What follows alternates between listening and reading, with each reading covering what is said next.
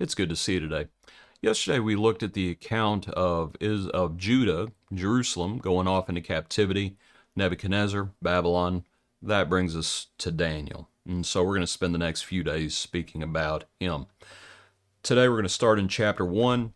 Our hymn is called In Captivity. Along the banks where battles current flows, our captive bands in peace despondent strayed, while Zion fallen, sad remembrance rose, her hymn rung, mingled with the dead. The tuneless heart that once with joy we strung, when grace employed and mirth inspired the lay, in mournful silence from the willow hung, and growing grief prolonged the tedious day. Our hearts of resters to increase the woe, with taunting smiles a song of Zion plain, with sacred praise in strength melodious flow, while they blaspheme the great Jehovah's name. But how in heathen shame that lands unknown shall Israel's son the song of Zion raise? Lo, have that Salem, the terrestrial throne, thou land of glory, sacred mount of praise. We'll go ahead and read the last verse. If e'er my memory lose thy lovely name, if my cold heart neglect my kindred race, let dire destruction seize this guilty frame. My hand shall perish, and my voice shall cease.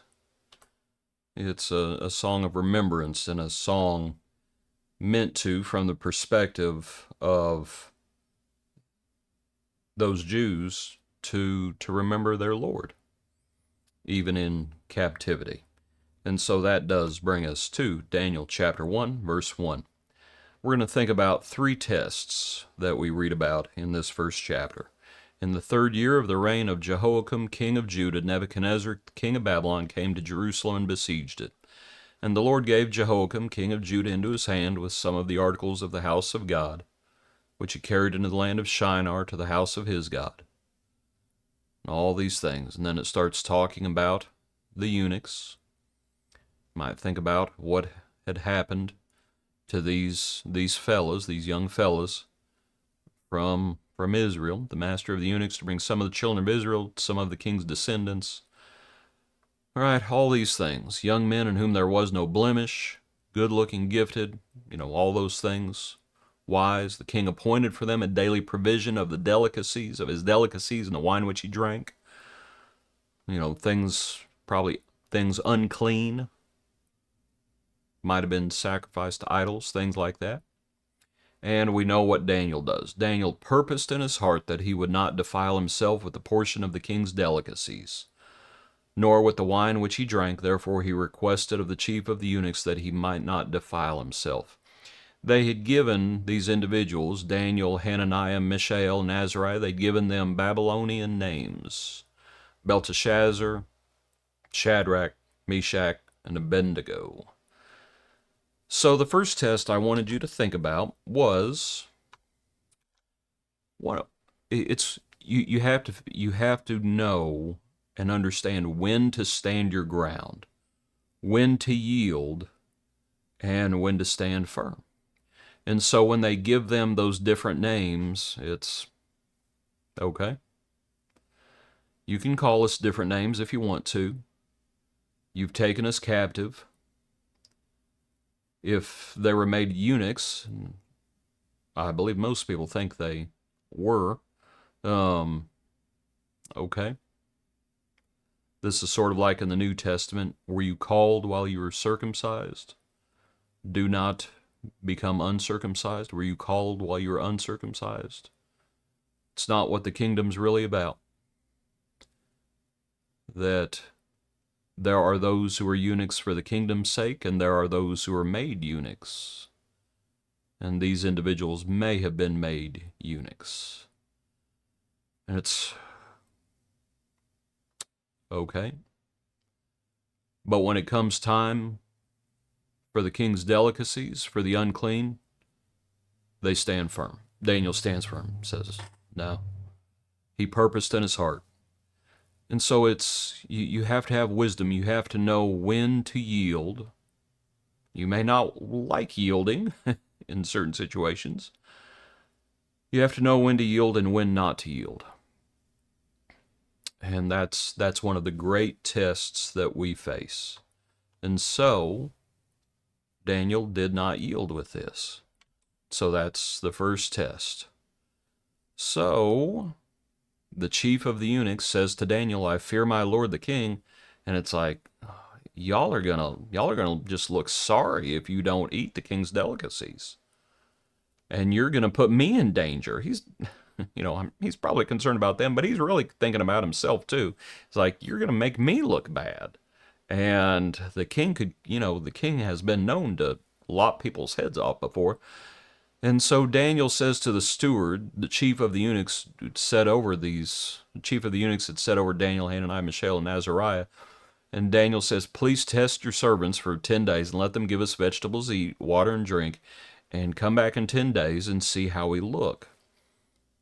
And see how we look, and as you see fit, so deal with your servants. So he consented in this matter, tested them 10 days, and at the end of 10 days they came back, and they appeared better and fatter in the flesh than all the young men who ate the portion of the king's delicacies. They had filled out as it is. Test your servants. So that's another test, isn't it? See, sometimes appearances do matter. And all of Scripture bears that out. Sometimes outward appearances do matter because they are a reflection of what's happening in the heart. Not always. People can be hypocrites, but, the Old Testament does talk about the attire of a harlot. Going all the way back to the garden, Adam and Eve had made coverings for themselves from the leaves, and the Lord apparently thought that wasn't enough, because he made tunics for them to cover them up. And I understand there's probably other things going on there as well, talking about sacrifice. But in the New Testament, in the Gospels, when the Lord talks about one of the parables speaks about the wedding and the man who came to the wedding without a wedding garment, and it was a horrible sign of disrespect. See, some appearances do matter. You wear what is appropriate to the occasion. If it is a time of respect and reverence, you need to show that. You need to dress appropriately. If it's time to go to work out in the field, you probably don't want to wear a three-piece suit. That would be foolish. But appearances do matter. And so, again, it is a manifestation of what is on the inside. And so when the New Testament talks about this, I believe it's one of Peter's epistles, do not let your adornment be merely outward. And so some outward pomp can be an indication of inward pride. Nonetheless, and just in thinking about it, appearances matter. And here Daniel is like, this is a test. Come back, see how we look. Because they needed to look a certain way when they appeared before the king. Esther also bears that out. If you remember, it's kind of a similar sort of thing. She was going to appear before the king as well. Back to our passage. One more test from the chapter. And so they've plumped out some. They've filled out. They're looking good. And now these men are going to come before the king. All these men are going to come before the king, and the king is going to interview them. And so that's what the king does. It's what Nebuchadnezzar does. And in all matters of wisdom and understanding about which the king examined them, verse 20, he found them 10 times better than all the magicians and astrologers who were in all his realm. Right? He's interviewing them. He's inspecting them. And at this point, they better not just be a pretty face. It's like we want to know what's going on inside. How wise are you? And the Lord was with them. How wise are you? How understanding are you? And how important is wisdom? Some people, when they open up their mouth, if Daniel and his friends, if they would have opened up their mouth and sounded like the town fools, I don't think they would get very far. And so appearances matter to a degree, but you start looking at the inner man, because beauty is fading. Proverbs 31. Beauty and charm can be deceitful. The question is, what's on your tongue? Namely, wisdom. When you open your mouth, what comes out? And Nebuchadnezzar found out. And so it's a test. When we speak to people, when people speak to us and we answer, how do we answer? The wisdom from above or the wisdom of the world? Appreciate it. Hope you have a good day. Join us tomorrow for another portion of our Daily Praise.